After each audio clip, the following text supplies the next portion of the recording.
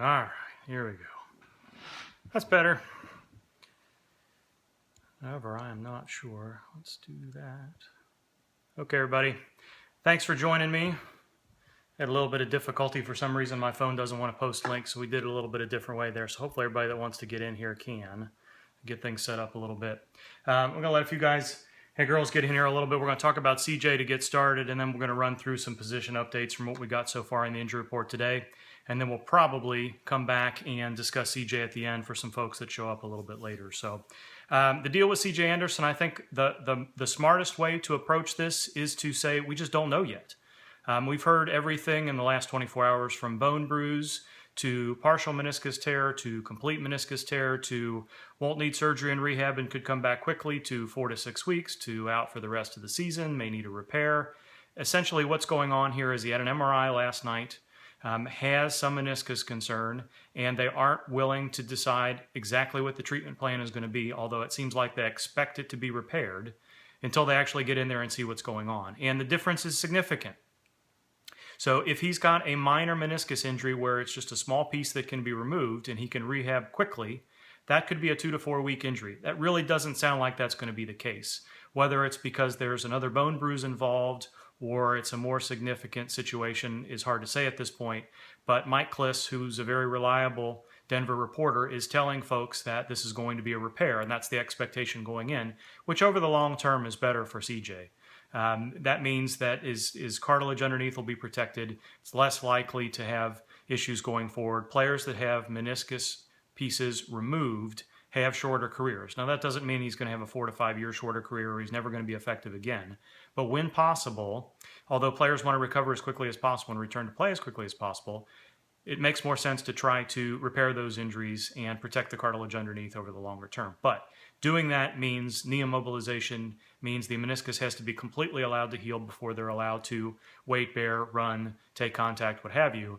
And that tends to be a 3 to 6 month situation. Sometimes we see 3 to 4 months, more likely than not, it's 4 to 6. And that's where you're hearing surgery and out for the season comes from. There's a little bit of glimmer of hope there, being that if he meets a 3-month timetable that he could be back for the playoffs. But if he chooses to have his injury repaired, he's going to be done for the rest of the regular season.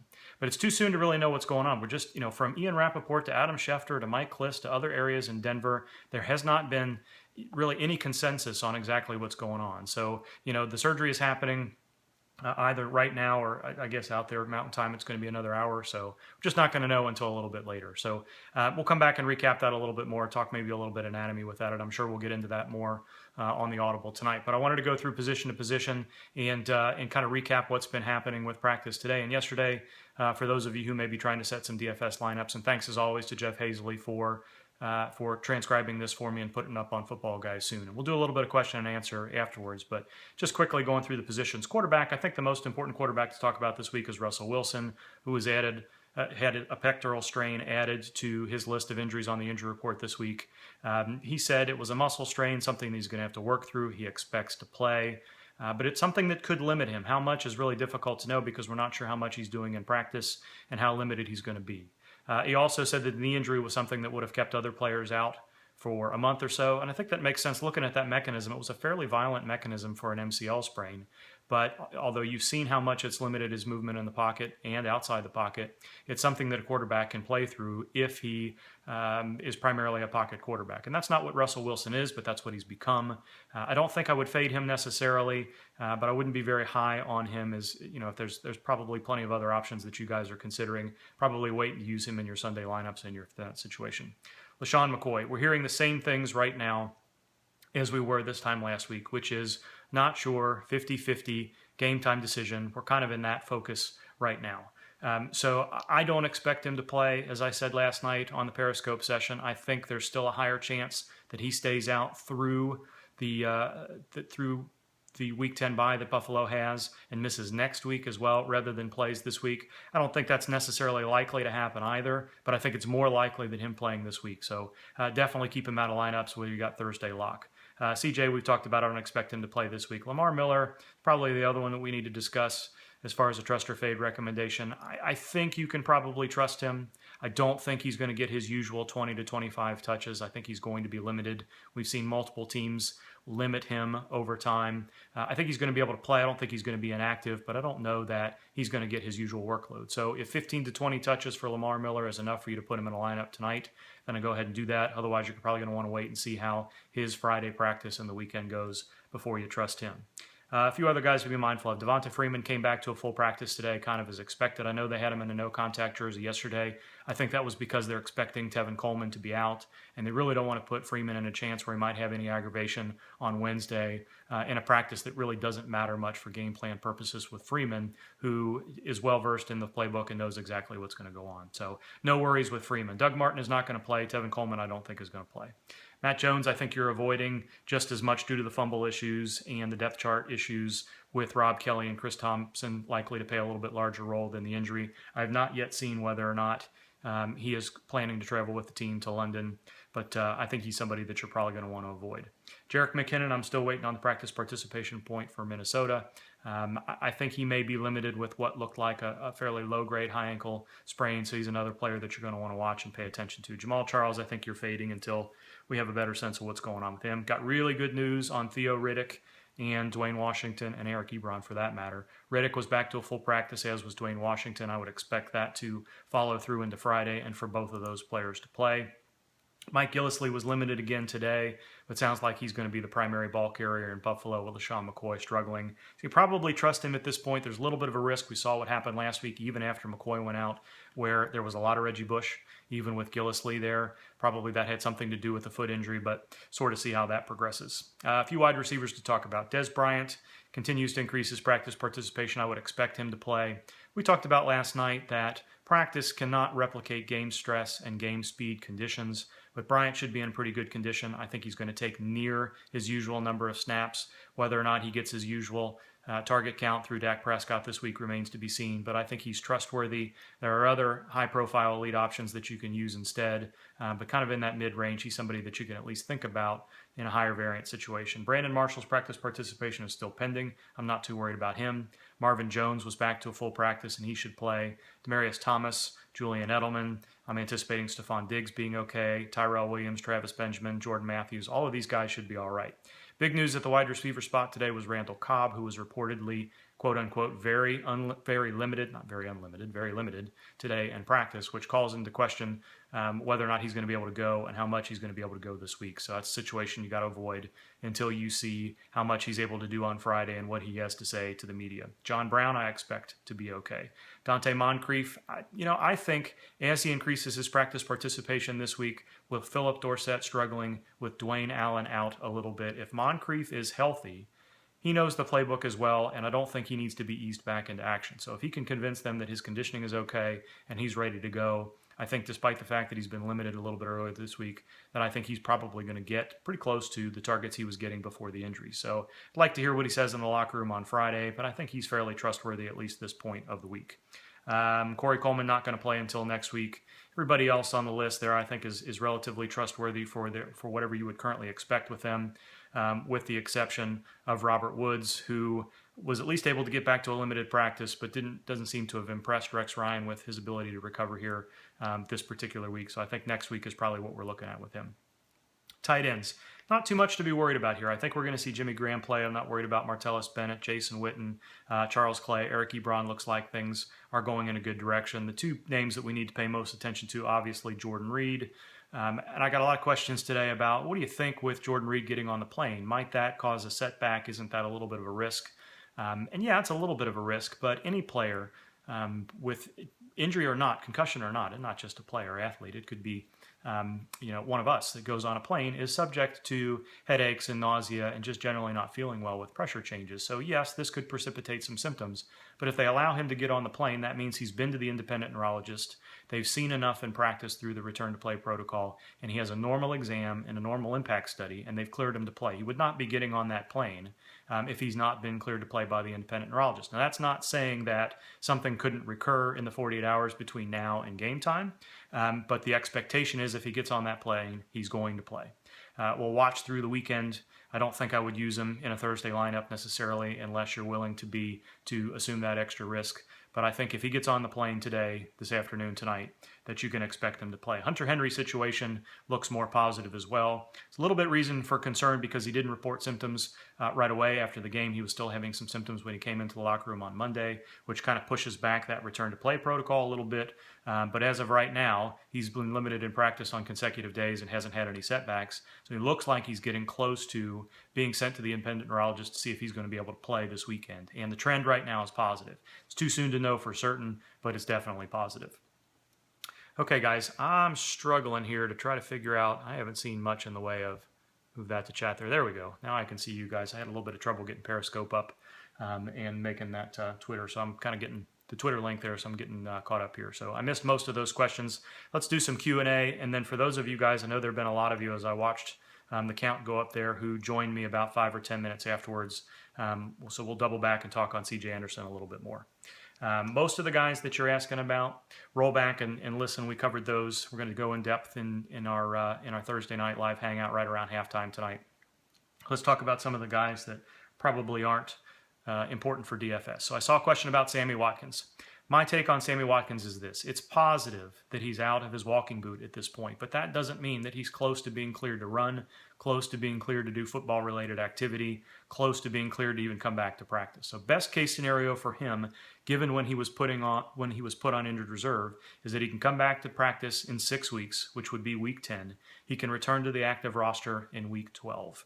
I don't think either one of those things are likely. I still think there's a chance that he's not going to be able to recover and return to play at all this year. Kind of the target, I think, all along was somewhere between week 12 and week 14, maybe a little bit later. May have something to do with how well the Buffalo Bills are playing and what their playoff picture looks like. But I still think, I don't think we have completely ruled out the possibility that he has surgery at some point. If he comes back and has pain again, I think that's going to tip the scales in favor of having a revision procedure. Saw a question about Mike Gillislee. I'm still waiting on practice participation. Specifics about that. He was limited again today. I think we're probably going to be all right with him. How much he plays in conjunction with Reggie Bush is, we'll sort of see how that goes. There was one other question. Don Jackson. Don Jackson at least felt good with the splint he was wearing on his hand. He was fully practicing on Wednesday. Haven't seen specifics about how he's going to go today, but trends are toward him playing. Dante Moncrief, we just got done talking about. I think he's going to be okay to go, and I think I would trend towards saying I'm pretty sure he's going to be all right to play a pretty full complement of snaps, but we have to wait and see what he says in the locker room on Friday. Powell and turf toe, we have to see how that progresses. I don't believe he was on the injury report on Wednesday. Haven't seen the full injury report today, so we'll sort of see how that progresses. Yes, the thought on Jordan Reed is that if he gets on the plane, he's been cleared by the independent neurologist. They're not expecting him to have any recurrence in symptoms at that point, so he should be good to go. Michael Floyd, I haven't heard about Arizona's practice participation there. There seemed to be some optimism from Bruce Arians yesterday. I don't know that that's an expectation there. Marvin Jones, I haven't had a chance to go back and really watch the All-22 carefully in the way that we've done with Alshon Jeffrey in the past to know whether or not there's some sort of limitation in his movement there, and that's the reason that his production's been down a little bit. Or it's just that with no Theo Riddick, with Eric Ebron not healthy, with Golden Tate more of a complementary receiver, if teams have figured out that they've got to roll coverage to Marvin Jones, they have to find ways to force Matthew Stafford to go in a different direction. I think it's just as likely that as the foot and hamstring things he's been dealing with. His mispractice on Wednesday, Marvin Jones, was due to a personal reason rather than anything else. Okay, let's talk about Dion Lewis, and then we'll talk about C.J. Anderson, and then if we missed anything else big over the course of talking, we'll come back to those. So the Dion Lewis situation is interesting to me. I reached out to multiple athletic trainer and physical therapy contacts because what we heard was that he had screws placed in his patella, his kneecap, to fix a stress fracture. I could not find a rehab protocol that suggested that an athlete or anybody would be back within 10 to 12 weeks. 10 to 12 weeks was kind of when that last sport-specific rehab would take place, the last phase of rehab. So why would a cautious team like New England bring him back now when they still have another 3 or 4 weeks before they have to start the practice clock? Unless they really felt that things were going well. And, you know, the concern there is if he comes back a little bit too soon that there could be a setback or a little bit of a cascade injury. New England seems to be very happy with how that rehab has gone. But I think you're going to have to watch pretty carefully over the next couple of weeks as they bring him back to see if he's ready to come back or not. And hopefully he won't have a setback. But he is returning at the early edge of expectation right now. Okay, for those of you guys that came in a little bit late, C.J. Anderson. I'm not sure what's going on with C.J. Anderson. We heard bone bruise. We heard partial meniscus tear. We heard full meniscus tear. We heard likely to be repaired, and we still heard that maybe there's a chance that he won't go on injured reserve. Ian Rappaport, Adam Schefter, Mike Kliss all seem to be in agreement that repair was going to be the plan. Injured reserve is going to be the plan. He's not had the surgery yet, so I think you leave open the possibility that there may be a smaller timetable here. The most recent timetable I saw for Mike Kliss was 8 weeks to 12 weeks. That doesn't make sense on either side. A meniscus trim, where you just remove the offending fragment, is on the order of 2 to 4 weeks, sometimes a little bit longer if there's a little bit of associated factor during surgery, not 8 weeks. If it's repaired, if it's primarily sutured together, it takes longer than 8 weeks and probably longer than 12 weeks to heal. So that timetable doesn't make sense. It doesn't really make sense for bone bruise either. Bone bruise plus meniscus trim. That might be a 4 to 6 week injury, but 8 weeks just doesn't make a whole lot of sense. So out for the regular season, yeah. If it's a meniscus injury that gets repaired, I think you're looking at a minimum 12 weeks, which would make it possible for him to return at some point in the playoffs, but that's very much surgery and rehab dependent. If that's not what happens and they just end up taking a small fragment of meniscus out, the bone bruise is relatively minor, maybe you see a 3 to 6 week timetable, but I think you should prepare to hear that after surgery here this afternoon that he is going to go on injured reserve. But again, it's been such a wide range of reports and expectations from generally trustworthy reporters that I think it's best to just wait and see what C.J. Anderson and the Broncos say after the procedure. Yeah, it didn't get hit hard. So, sometimes, non-contact injuries, and that's what this was. This injury happened when he planted with his right foot to cut up field before he was tackled. If you go back and watch, and maybe I'll try to put a GIF together and slow it down a little bit. The thigh on top of the shin bone there, you saw come forward a little bit. It kind of gave a little bit. And you've seen that when his knee was flexed at the time. So you've seen that be a PCL mechanism in the past. Andre Ellington had something happen similar to that.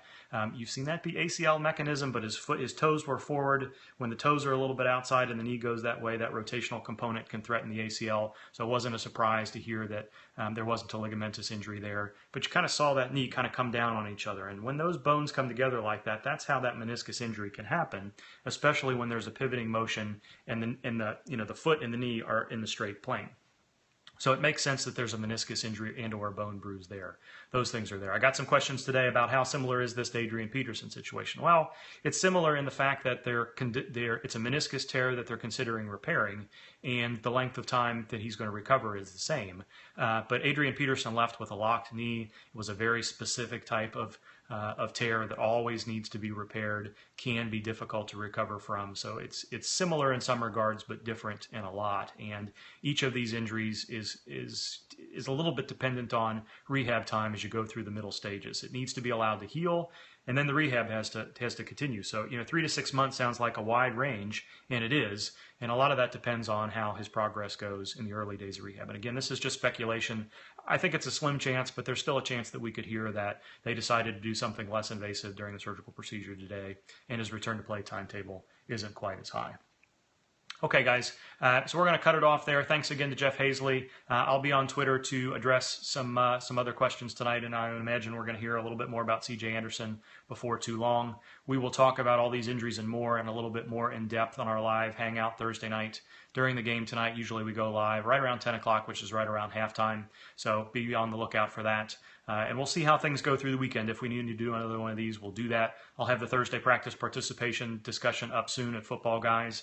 And then all the game day weekend expectations will be up sometime around noon, if not before, on Saturday. So appreciate you guys joining me. Hope that was helpful. Enjoy the game tonight, and we will talk soon.